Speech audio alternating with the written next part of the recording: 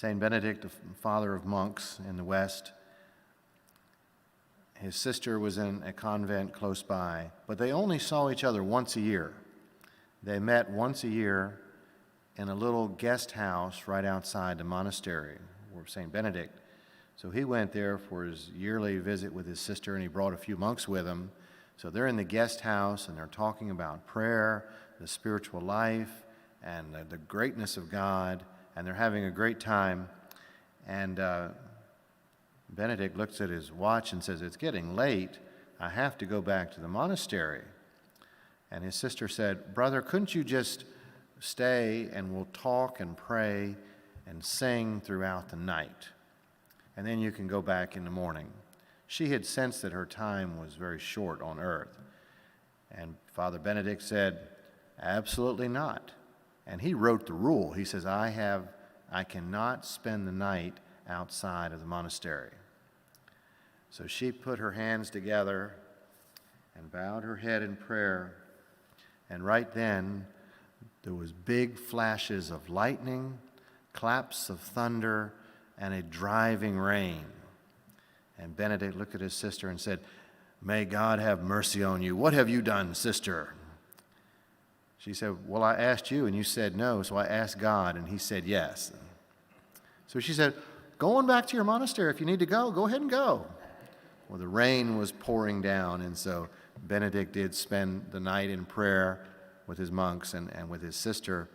3 days later, he looked up from his monastery and he saw an image of a dove ascending to heaven, and that was the soul of his sister. So that was the last night, the last time they saw each other. So we're in a great friendship that they had, and also great vocations of St. Benedict and St. Scholastica. So that's, there's a lot of interesting stories in the lives of the saints, and that's certainly one of the good ones there. And the Benedictines were, throughout the times of the church, the monasteries were centers of learning, of libraries, of agriculture, of study, of retreats. So the monasteries really helped preserve the culture with all of the battles and plagues and all of the hard times, especially in those centuries. The Benedictines and other orders helped kind of keep things going. Okay, well, it's just now about 7 p.m.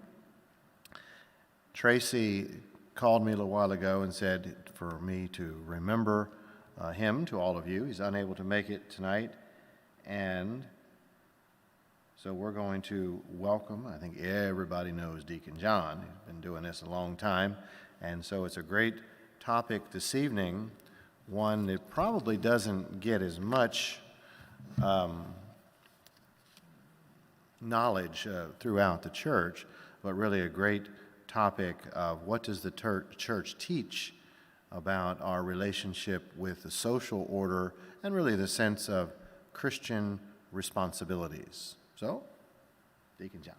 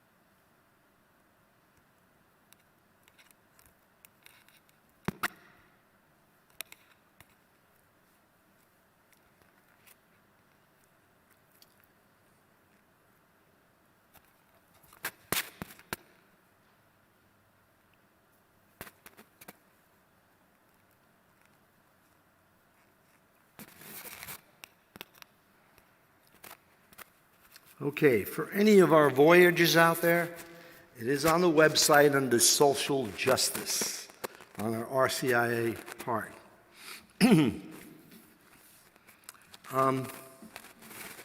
notice there's a correction in the handout. I was reorganizing the way I was going to say this, and I copied instead of cut and paste, I copied and paste. So there were two places with the same piece, and it didn't belong. Okay. Until the end of the 19th century, we were an agrarian society. We had small villages, trade unions, not trade unions, but tradesmen who had apprentices. And so the society was one formed around little villages, and people knew each other. And the church was not separated from the civil government. The church was a part of the civil government. As a matter of fact, the church really was responsible for social justice, for the social needs and wants of the people. Okay? For example, Father mentioned the Benedictines. Since 1500, they were educating people in their monasteries. They were taking care of the poor, feeding them, all right? Education, feeding, keeping records. Up until the middle of the 19th century, all the records about births, deaths, marriages, etc., even deeds of land, were recorded by churches. All right, so the church was responsible for the civility, the social needs of the people. When the Age of Enlightenment came at the end of the 18th century, 19th century, society changed, all right, very much. The Industrial Revolution came, and the church got separated in many ways from the needs of the people in this area. A lot of people at this time thought, gee, the society can take over and do a better job than the church. Well, we learned a lot since that time. Now,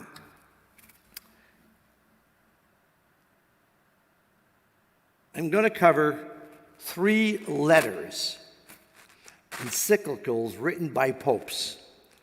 Now, you have to understand what an encyclical really is. Number 1, encyclicals are not written for me or Father or you. Encyclicals are written by the popes to all the bishops and patriarchs of the church. So the encyclicals are meant to give some spiritual direction, social direction, church direction to all the other bishops. And they are entailed to take that teaching and organize it around their own diocese. So these encyclicals were written mainly by the Pope to the bishops of the church. All right? And the teachings there are not dogma.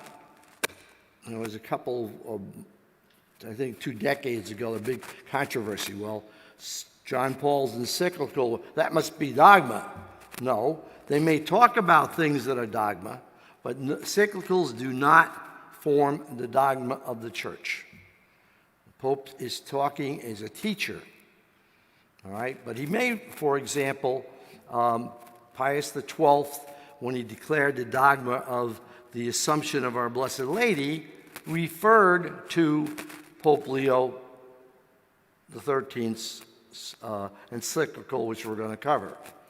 So the first encyclical on social justice around the Industrial Revolution, 1891, was written by Pope Leo XIII. Rerum Novarum in Latin, which means of new things. He was looking at the world, a new world to him. All right? This is factories and trains and the coming of automobiles and things like this. So this is a new order for the world, and Leo wanted to instruct the other bishops about things that are happening in the social realm. All right? Now, one thing these encyclicals are, they are prophetic. Prophetic. Prophecy is not the telling of the future, but it is an explaining of the signs of the times. So here's Leo trying to give an explanation of the signs of the times and how the bishops are to react to these changes. All right? And you and I, when you go through Leo's thing, you say, yeah, well, I understand that. It happens all the day. His things have been a reality today. They're not so much in the future. They're things that have happened that through his encyclical, through the work of the church, have happened. All right? So, for his encyclical, you say, so what? But at his time, it meant a lot different, futuristic. So the first thing he was criticized, Leo criticizes socialism. He says it's wrong. Now you have to look at what he was talking about. He was looking at Marxism and atheistic socialism without a God. All right? He said it's flawed because the rights of the moral teaching, all right, does not belong to the ideology of the state. The state can't teach us morals. All right? And he said if they do, it'll lead to the destruction of the family unit and where the duties of the parents, the families, and the communities are destroyed. All right? So from his point of view, atheistic socialism, Marxism, was a big error. All right? And warns the church away from that. But he's talking, and he knows that the workers have a problem. All right? So next part of his encyclical, he talks about the rights and duties of labor and the employees and the employers. They each have rights and duties, and they're supposed to work together, not against each other, for the social good. Now that's a little radical in that itself, all right? They should agree on tasks. They should not do vandalism or personal violence, and they should reflect collectively from rioting and insurrection. The employer should provide good working conditions.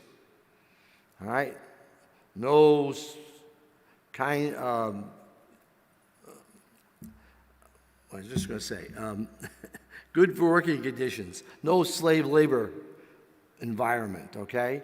They should not employ children or put a woman, in his particular case at that time, in a job that she cannot do or would hurt her, okay? And that the employers are supposed to respect the dignity of the workers, the human dignity. Now, that's going to be a key topic here, okay? And never treat anyone as a slave. Now, when you go through these encyclicals, you will find that they all go back to a very fundamental item. You and I are created as children of Adam and Eve by God. Genesis chapter 1. God created us. He puts his spirit in us. All right? He gives us our gifts. Now, he also gives us human rights, and we are all equal with those rights. That's our Constitution and many other constitutions. All right? We have the right to life, liberty, pursuit of happiness, freedom of religion, etc. You have all the 10 articles of the first 10 Bill of Rights, the first 10 amendments. But these are our human rights. Everyone has equal human rights. But we all do not have equal gifts. He's given each of us gifts for the total being. It's like a jigsaw puzzle. My gifts fit with your gifts, and his gifts and her gifts, and together they're the plan of God to make our world a platform for the eternal kingdom. But we have different gifts, and we are to use those gifts in support of other human beings. So our human rights are collective, all right, and they are cooperative. All right? And each of these encyclicals form on that platform.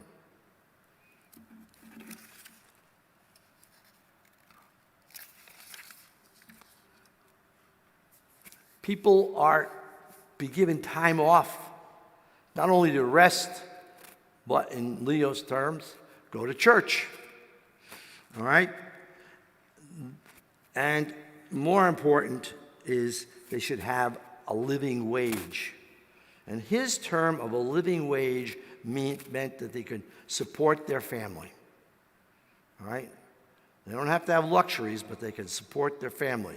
Keep a shelter over them, give them food, clothing, and time for some recreation. All right? Now, he goes on and says, the purpose of the state is for the common good, where we need something in common. The state should provide it. Roads, so we can walk. Means of communication, that's for the common good. All right? Safety, security, all right? To protect us from extraordinary harm. So the state has the right, or the duty, not the right, but the duty to provide for us the common good.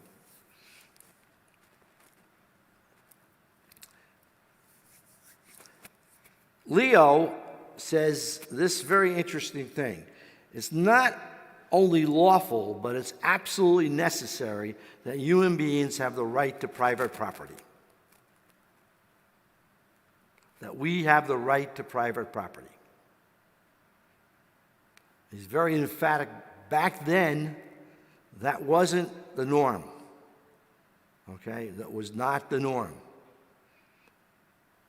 Industrialists, state, countries, totalitarian countries, Marxism says, oh no, you do not have the right to private property.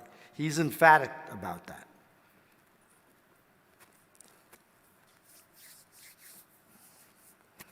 However, he also goes on to say that the poor have a preferential treatment. It's not something you should be ashamed of if you're poor, all right? You should have the right and dignity of being a human being, but it's the right and duty of all of us to take whatever property we can spare and help out the poor. That is our Christian duty. And there's a lot of quotes in the encyclical around the Gospels, obviously. That's called the preferential option of the poor. Okay. He says we have a right of association. Now, this is more than a labor union right. We should be able to get together in an association for some benefit. All right? Not a secret society, but for some benefit. So we have the right to collectively come together. If it's working conditions, we have the right to have a union. Now, he's not too much in favor of, at that time, the workers' unions, because a lot of them were Marxists. So he was more talking about we have the right to associate, we have the right to have a union, and if that union is not doing what it's supposed to be doing, we have the right to find another.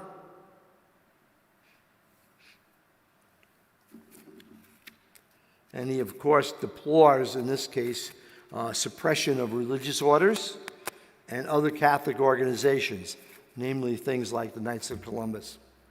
Okay? At that point, certain places in the world, they were in Mexico, for example, they were outlawed. So, he sort of sets this tone that when you and I say, yeah, okay, that's what the 20th century was about. We have labor unions, we've had all kinds of social justices, Martin Luther King on civil rights, and that's would be all in the context of Pope Leo XIII. We get to the middle of the 1995, in the middle of the 90s, almost the end of the millennium. And John Paul II writes an encyclical called the Gospel of Life. Now, he takes Leo a little beyond what Leo has said. He's looking at a world, John Paul II was looking at a world where he called it, we had a gospel of death. That human beings were totally sufficient without God to create a perfect life. And as they were going, all right, they weren't making life better, they were making it terrible. So,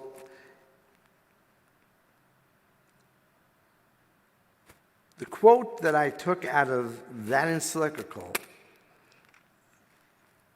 is very telling, because this will set up not only for us, but also for Francis in the next 25 years later.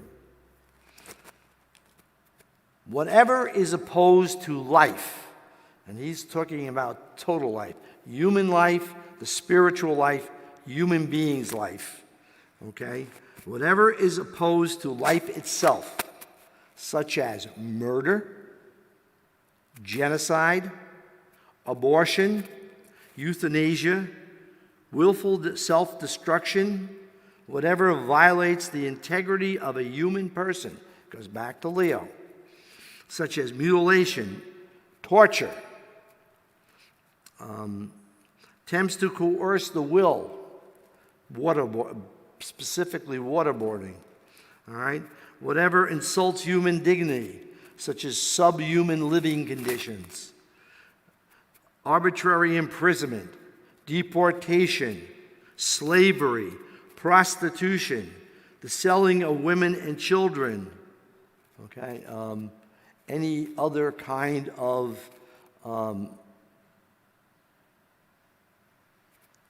ways in which we are called to be slaves, taking our will from us. Disgraceful working conditions, where people are treated as mere instruments of gain rather than free and responsible persons. All these things like them poison human society. That's a pretty tough term. Poison human society. They are a supreme dishonor to the Creator. And dishonor may be an interesting word, right? We cannot hurt God. God is way above us. No matter what we do, we cannot hurt God, ever. However, we can dishonor him. The fourth commandment, thou shalt honor thy mother and father. We can dishonor the Father, creator of us. Okay? We dishonor his name, his being, and what he has done. All right? That is the highest form of going against God, dishonoring him. And so what John Paul II says, it's this, these things are the supreme dishonor to the Creator.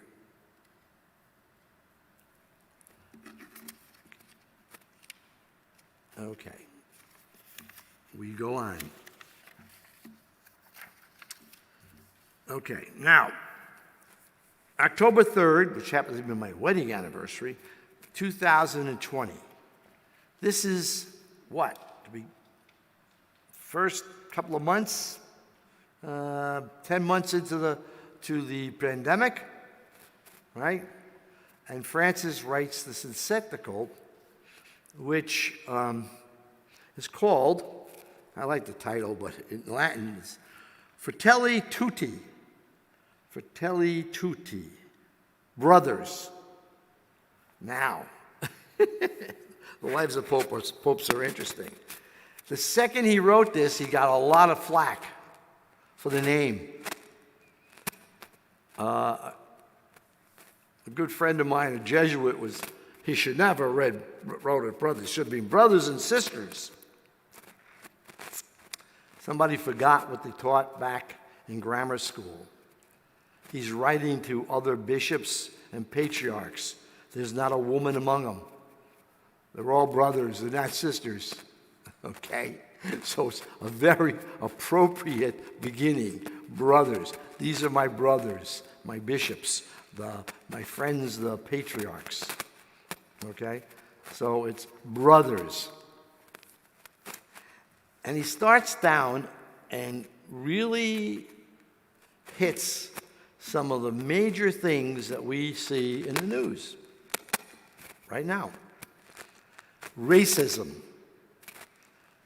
He says it's a virus, it mutates, and it goes into hiding, comes out again, and it also condemns the believers to think with a very narrow and a violent mode.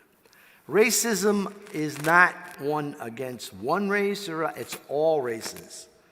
All right? He's not looking at one type of racism, like maybe in segregation. He's looking at racism from one race, one culture against another. And he says it's very, very interesting. It's sinful. He's the first person, Pope, to teach that racism is sinful. Period. Okay?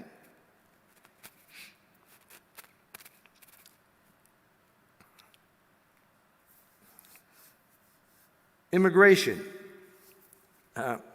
Big topic today, right? What he sees in immigration is very interesting. He's looking at the world globally. Okay? A global world. And the whole encyclical is of that nature. All right? That immigration is not the problem of one or two countries. It's the problem of the entire globe or major regions. And he foresees that a global group, whatever you want to call it, oversee why people are leaving their country, okay?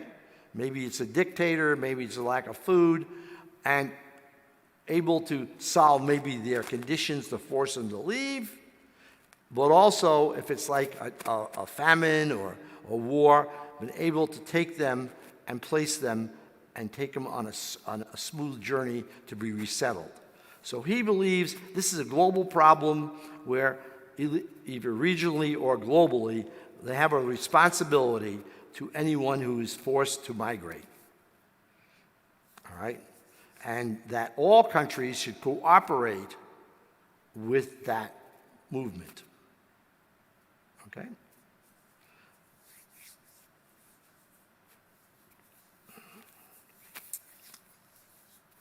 So what he's, and he has a concept, I said full citizenship. We have a citizenship of being human. And we all have a responsibility to that citizenship. Okay. Now what he points out is, hey, how those countries handled the pandemic was terrible. No one cooperated with anyone. And guess what? Look what happened.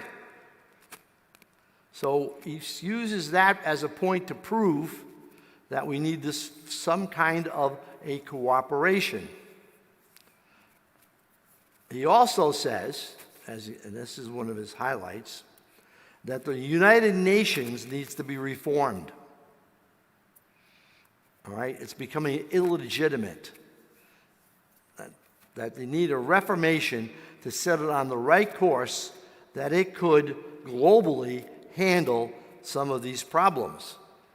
All right? Not only peace against warring nations, but the part of pandemics, immigration, terrorism.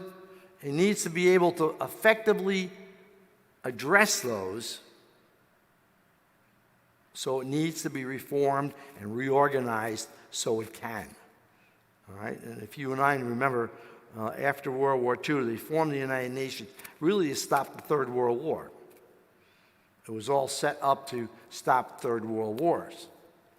Well, today we have more problems than that as a global world, and we need the ability of a way to cooperate, all right? Not to be dictated to, but to cooperate to solve these problems.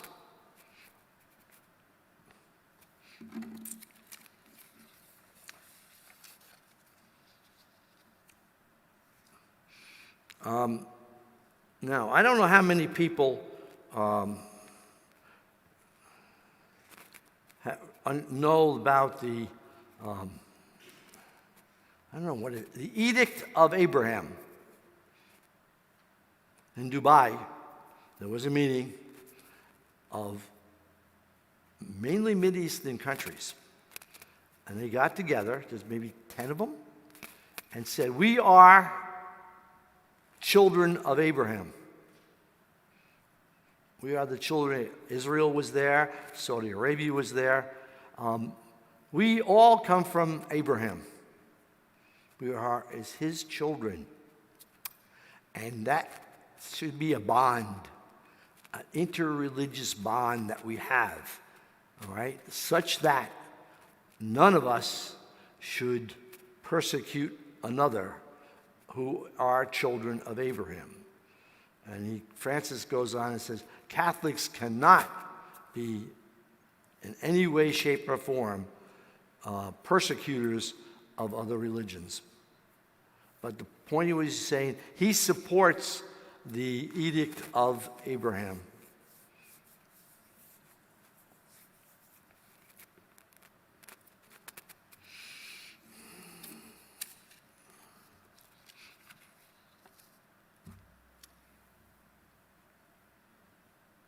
Okay.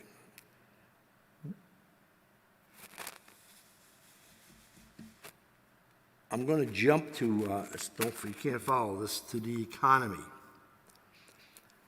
What he said, now he goes on, and he doesn't sort of kill socialism as Leo did, because by the time he gets there, there's a lot of different kinds of socialism. So he doesn't condemn it, but he says it's got to be founded in God. Same time, he says capitalism went off the other deep end, and what it's doing is being, instead of supporting the growth of jobs and the rights of labor and building a better society, it's become, I'll use my own terms, another Las Vegas. Gambling. We gamble the stock market is a bunch of gambling versus I got to invest in this company because I think this company is going to make our lives better. Hedge funds, right? So he says, either of them, you can't go that way. You got to have a society that considers the people and helps them with their talents, with their gifts, all right, to have a better society, a platform to the kingdom of heaven. Different way of getting to what Leo was saying. So that the society, the government, must have human dignity as its central tenet. Human dignity. All right?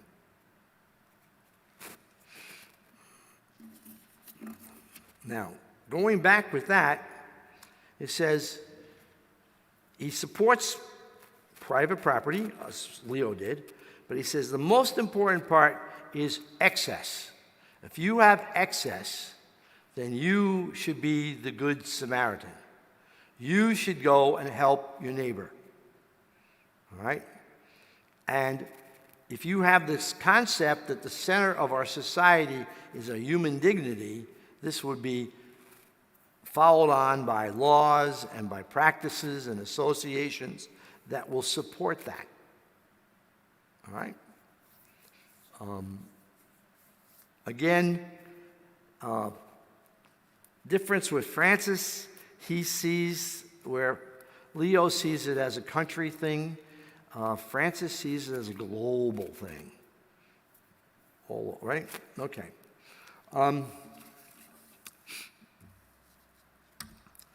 He also points out those who manipulate and cheat society and live off of welfare that are fully, he goes on to, fully capable, have talents, have strength, have supports of family. That's wrong. You should be part of this society. All right? Now, university fraternity. Let us dream as a single human family, as fellow travelers sharing the same flesh, as children of the same earth, which is our common home. Each of us needs to bring his own richness of his life and his beliefs and his convictions. Each of us with his or her own voice, our brothers and sisters all. Now he criticizes these two documents because all they do is say, well, men and women are equal, but they don't give any substance to how they are equal and at how they have equal gifts, equal responsibilities, but different talents that the Creator gives them. Remember, he goes back, and they're all going back to this. You and I are created by God in his image and his likeness, and we are equal as human beings. We have different talents to make our world better, okay, by combining and collectively putting them together. Francis goes on to address women, and that women possess the same dignity and the same rights as men, and we have a long way to go. Long way to go. Okay.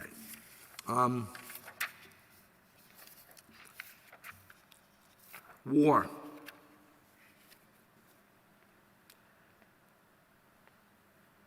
Francis, and he is reflecting John Paul, war cannot happen. We are no longer have any ability to contain a war. We have weapons that will destroy everything, and war cannot happen. And every human being on this planet should be working to end war. Period. War cannot be justified. If you go back in history, you go back to St. Augustine, about the same time as Benedict, he defined that there could be a just war. Yeah, but they were playing with bows and arrows, guys. Swords and bows and arrows. You may be able to have a just war with those things. Today we could blow up the world 20 million times. We could turn this planet into a sun.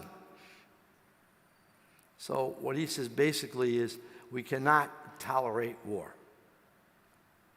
And he just said that last Sunday.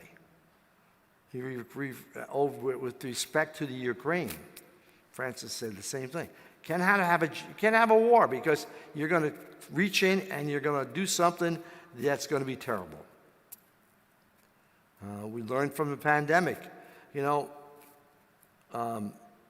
we have biological agents that could wipe out the planet. So Francis reflects John Paul. The second, war cannot happen. All right? They cannot have a just war.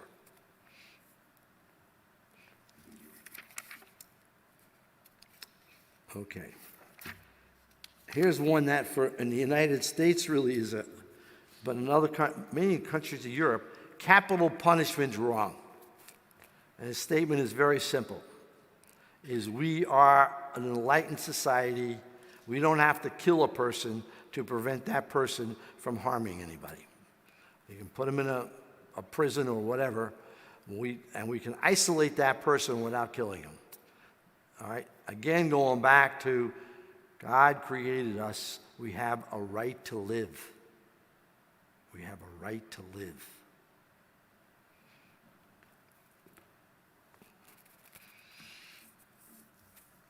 It's ironic, and I don't like to get into politics, it's ironic we have two political parties. One is against abortion and euthanasia, and the other one is against capital punishment. Okay. Wait a second, guys. It's life. We're dealing with life here, folks. It's the same stuff.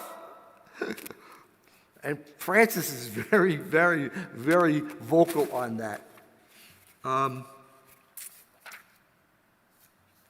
Okay.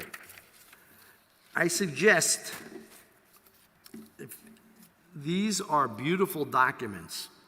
You can go on to the website of the United States Conference of Bishops and look up them by the Latin name. You can go to the Vatican and you can look them up by their Latin name, all three of them, and read them. That's some of the finest writings about who you and I are. Who you and I are. If you, at the end of those three readings, if you don't feel enlivened that you have a right to build a world, to build a society that is a platform to the heavenly kingdom, you missed it. Go back and reread it. So there are three. You can read them all three. I suggest you do his homework. You have any questions when you come back, I'll be here next week, and you can beat me up and say, hey, blah, blah, blah, you know what that is. All right, the one thing I did not cover, okay, we had a parochial vicar here, retired, Father Bill Lynch, and he was the social justice person. But every homily, let's see, I came here in 1995. From 1995 to 2013, that I ever heard him talk was all on ecology. Right?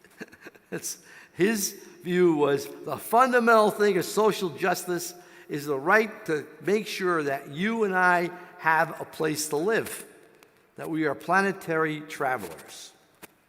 All right? And John Paul and Francis put that in the category of our human rights. We not only have a right to live, but we have been given the right to take care of the planet so that others can live. All right?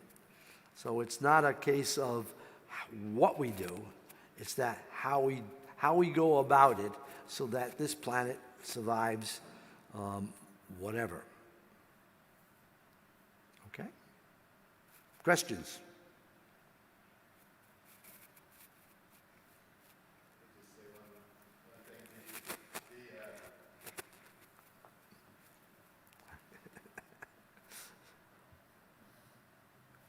Years ago, when I was in another parish in the RCIA, and we had a gentleman in the program and talking about these very issues, and he had an insight that it shows kind of the struggle of the human heart, so to speak, or even the sense of how emotions can get involved with some of these issues. And he was a thoughtful man, and he went through the program 4 times before he was actually accepted to faith. And he really struggled with it, but he even had people, he was like a local city councilman, and he had people come by his office saying, we're praying that you don't become Catholic. And so he had to persevere through that type of influence as well. But this is what he said that I thought was somewhat insightful on the very issue of capital punishment. He said, if my brother was murdered, I would be, talking off the top of his head, I would be for justice for the murderer, even to the point of capital punishment. He says, but if my brother was the murderer, I would probably appeal for mercy, rather something more like life in prison or long sentence or something like that. So the same event, murder, but whether it affected his family one way or the other. So again, I thought that was somewhat insightful, and it shows that I think there's other issues where if it comes to your family, there's a stronger emotion, so to speak. Even the sense of defense. I remember when I was in school, we had a couple classes in psychology and sociology, that if you were to see somebody getting attacked and somebody you didn't know, again, there are some people in society that will take up for, but some people would think, I'd rather not get involved. I don't know the background story. I don't know what's going on here. And I don't want to put myself at risk. And there's people that, for whatever reason, take that approach. But then if it was your family member getting attacked, I mean, you could reach and grab anything, grab a Coke bottle or whatever, anything you could do to try to defend that person. So again, the emotions are impacting as well. Certainly the sense of war, and just think the last 20, 30 years or so with some of these, even the Gulf Wars, which there's always civilians that their lives are shattered, with bombings, destruction, fires, chemical agents, and diseases. It's really it's hard to even comprehend what some of the just regular people go through if their nation is at war. And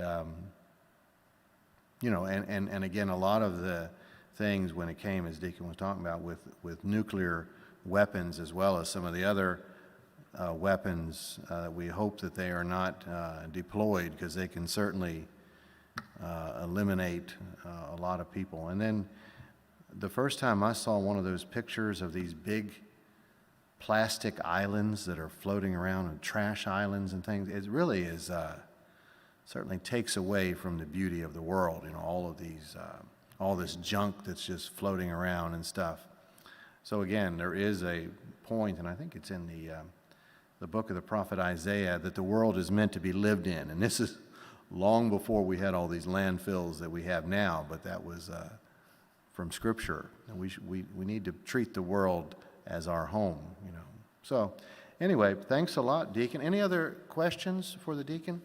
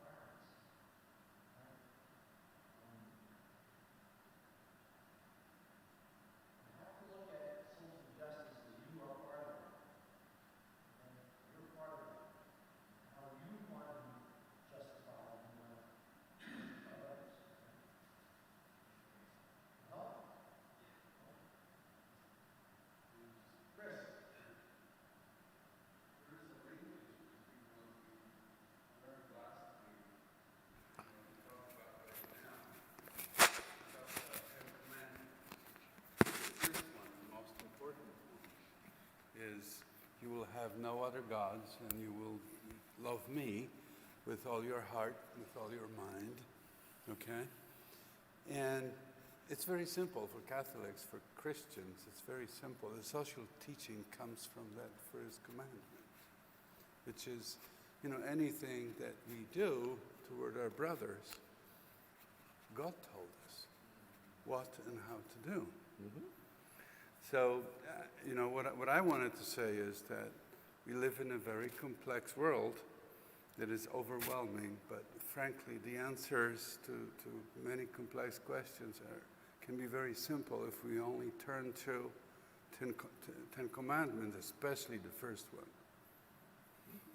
Okay?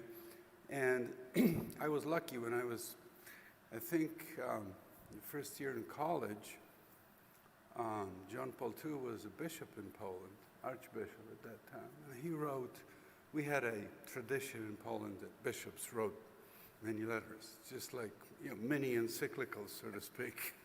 And they were just like Deacon Sims said, they were geared toward local communities. In this case, it was, Krakow. And he wrote exactly in his letter when he drew that linkage, and what he referred to make a long story short, was the Spirit of the Holy Spirit. And he said, because many people were coming to church who were not really truly Catholics, they were just coming because they felt need to hear something else than socialistic or communistic indoctrination. And he actually addressed these words to him, and they were pretty much like, the line was like this, Holy Spirit, come down to this, to this country, to this parish, to this church, and enlighten minds of people to simple truth. Okay? And, 10, 12 years later, there was a revolution in Central Europe, and we beat communism. So the power of the first commandment, of the Holy Spirit, and a good church leader, and us together, we can beat any evil in the world. That's the message. Thank you, Chris. He just reminded me of something. When I was reading the encyclical on the gospel of life and this word dishonor, I got a revelation. Okay, small revelation. I was raised that the Ten Commandments, the first three are about God, and the other 7 are about us, our neighbor. But all of a sudden I realized the 4th commandment is about God. Honor thy father and thy mother is about God as much as it is, so it's sort of a transition both ways, okay? So read these things. I mean, you're not going to fall asleep because you're going to start pounding your fist saying, I agree or I disagree. And that's the good part, okay? That's the good part. One more thing, I think very helpful for today's days in this society where we live in, is that, these answers can be very complex, and our faith provides very simple solutions, but sometimes we are just simply overwhelmed. And I think coming to church, praying, finding quiet time helps to disassociate ourselves from the noise. That's what you are pointing out very frequently. And just focusing on adoration and the faith and what God told us.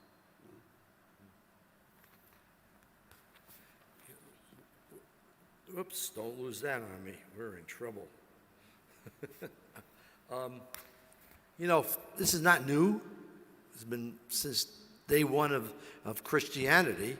And, there are a lot of overwhelming problems, and we have people like Benedict who says, I got to go pray. I got to go in a monastery. But if you read what happened with Benedict, he wasn't there by himself very long. All right, the society problems followed him, and he had a new perspective. All right, Francis Assisi, Dominic, they have had a new perspective on how to address the issues of social justice. I mean, the prayer of St. Francis, make me a channel of your peace. Throughout the last 25 years, I think I've heard that 1,000,000 times, right? All right, so it's individual, but read the encyclicals. I really think they're of great value. Okay. More questions? Okay.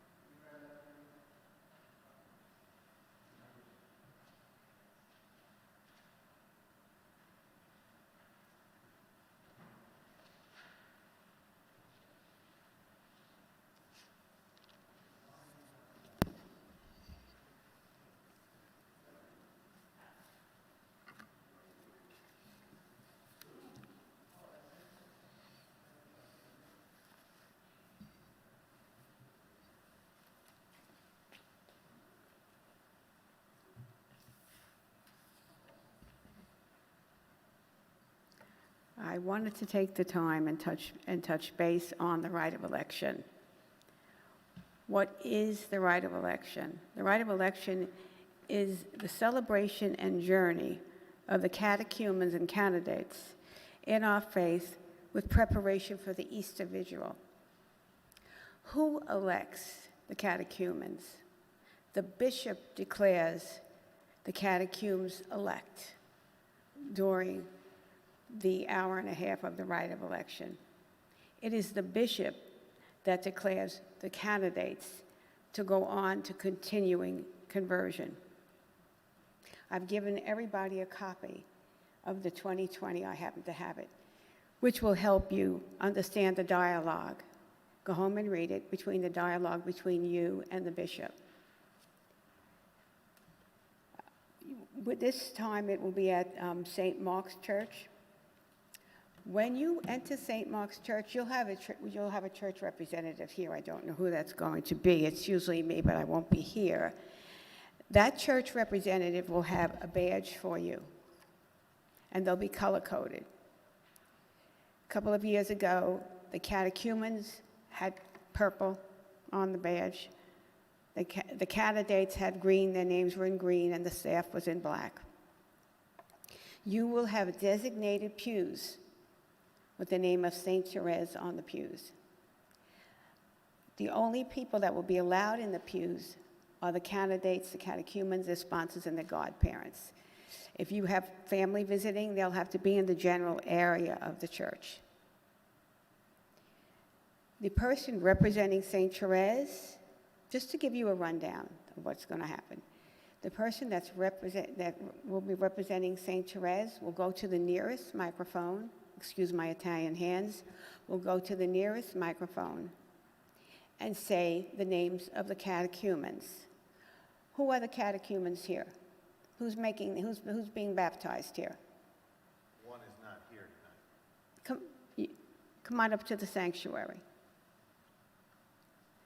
When he calls the catechumens, when the representative from our church calls the catechumens, she will come up to the sanctuary and her sponsor, her right hand,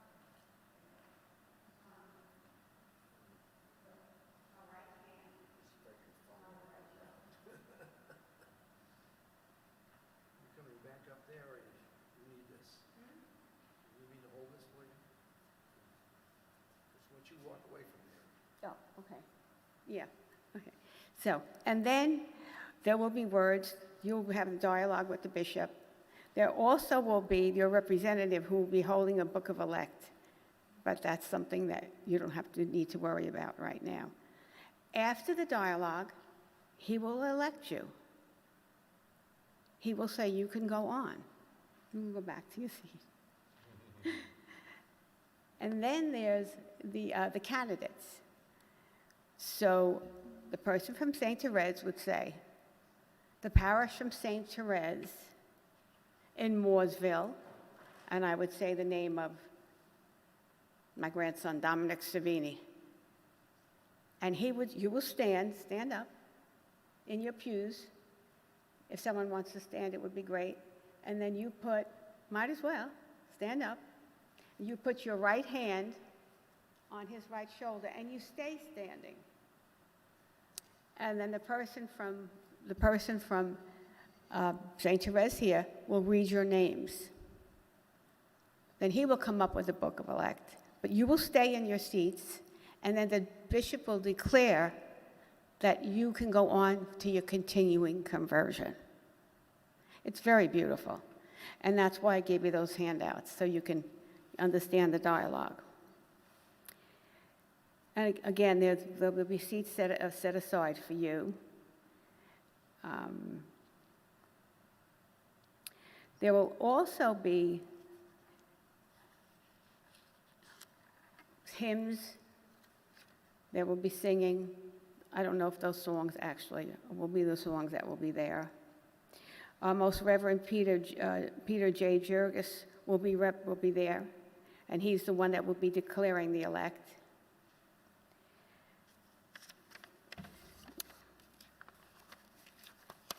Let's see what else I have here. After the ceremony, or after the hour, I think it's about an hour and 15 minutes, there will be photos being taken. You have to stay together, because they'll call each church up at a time. It's very organized. And you may see your church up on a board. I'm not sure what room they're going to hold it in. And that's when you'll know. But you need to be near there, and you need to be all together. So if your family wants to gather around, that's fine. But make sure you stay with your representative from the church. And this is the mother speaking in me, I'm about to say. Wear your Sunday best. You know, some wore the beautiful dresses and suits, and the men were just dress slacks, dress shirt. Some had sports jackets on, some had ties on. It just wear your Sunday best, because we are representing the Little Flower, St. Therese, our devoted priests, our devoted deacons, us, and the entire parish. As far as a reception, I don't know if that'll be because of the variants. But I will tell you that this is so beautiful, because you're going to see all the churches. You're going to see all the catechumens come up. And you're going to see all of their representatives from the church behind them with the Book of Elect. It is beautiful. When you stand in your pews, that person comes up with the Book of Elect also. But you don't. You still stay in the pews standing. So I have hoped that I've helped you a little bit to understand exactly what this is. It is your journey to the Easter Vigil. It is the journey to the church. It is the journey to this beautiful faith. And it's the journey for us to even welcome you even more. Thank you. Thank you very much, Peggy, and thank you for your dedication over all these years as well. And it certainly is a great experience, and Bishop Jugis has made this a priority every year that he's been the bishop, of having at least 3 of these in the diocese. It's a big diocese by territory. So we're fortunate that it's our neighboring parish this time that's the closest one for us. So next week, I will be presenting the Sacraments of Healing. And then I'm going to go over the list, because our roster for this rite has to be turned in at the beginning of March. So next week, we're going to be, I'm going to go through everything very carefully. Some who have been baptized, I have their baptismal certificates, and if you have given me your original, I will make a copy of that and return your original to you. But we want to make sure that everything is orderly. For anyone who is watching, I know a couple people aren't feeling well today, so if you're watching this or even on the YouTube channel, to take a note. And the handout for this evening is on the website. And I think there's a couple of other ones that I still haven't uploaded to the website. But we want to have that to where people, if you didn't get a copy of it or want to go back and reread it, that all of the handouts from this period will be available to either read online or to print out. Okay? Well, thanks to all of you. We're right just past 8 p.m., so I look forward to seeing all of you next week or over the weekend. We're certainly moving along, and thanks a lot to Deacon John for, insightful. And again, I would just say in general, in parishes, it's usually not the most talked about topic, but it's part of the core of the church and certainly of the commandments and loving thy neighbor. So it's certainly very important, and everyone, all of us in ministry, especially in leadership, have a certain responsibility to try to get the word out for people that faith is never a purely individual thing. Certainly our relationship with God and our prayers, our devotions, our adoration, but that doesn't mean we ignore what's going on perhaps right beside us. We have a responsibility to others as well. Okay? Thank you very much.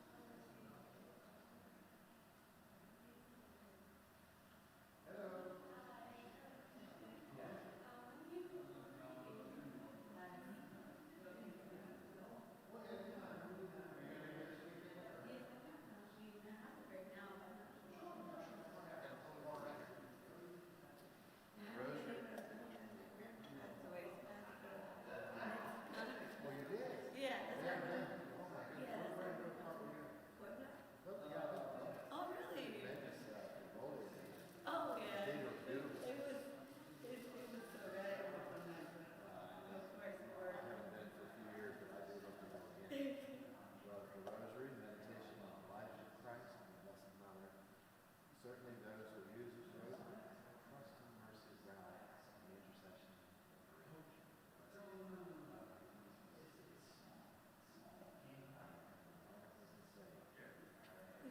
God bless you. Sure thing. See you. Bye.